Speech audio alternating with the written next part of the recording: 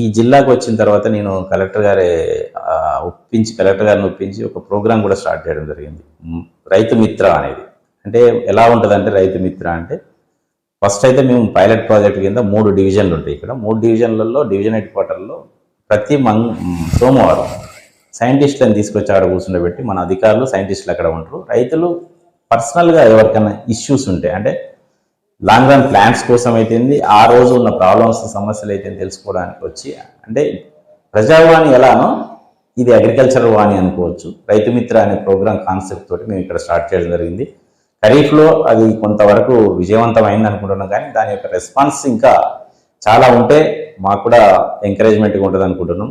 కొంతమంది రైతులు మాత్రమే ఉపయోగించుకున్నారు. దాని ప్రపగండ లేకపోవచ్చు, లేకపోతే మన ఓన్లీ ఈ జిల్లాలోనే జరుగుతున్న ప్రోగ్రాం కాబట్టి దానికి ఎక్కువ ఇంపార్టెన్స్ జరగకపోవచ్చు. బట్ అది ఒక మంచి కార్యక్రమం అనుకున్నాను. అంటే మనం ఏఈఓస్ కానీ ఏఓస్ కానీ సైంటిస్టులు కానీ ఫీల్డ్ లెవెల్లో పోయినప్పుడు చాలామంది రైతులను కలవాలి.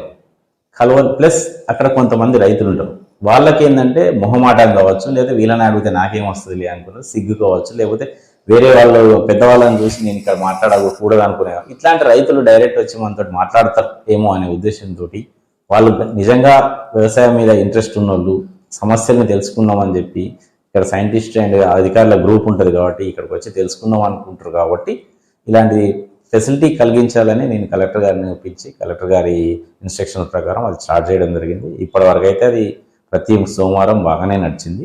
ఈ యాసంగిలో ఎట్లా ఉంటుందో చూడాలి. ఎందుకంటే తెలంగాణ రాష్ట్రమే కాకుండా తెలుగు రాష్ట్రాలలో ఇది మొదటి ప్రయోగం కావచ్చు. ఎస్, రైతు మిత్ర అనేది ఒక రైతు కుటుంబ నేపథ్యం నుండి రావడం వల్ల రైతులకు అంతర్గత సమస్యలు ఏముంటాయి అనేది గమనించడం వల్ల దాన్ని రైతుల నుండి తెలుసుకోవడం కోసం ప్రయత్నం చేస్తుంది.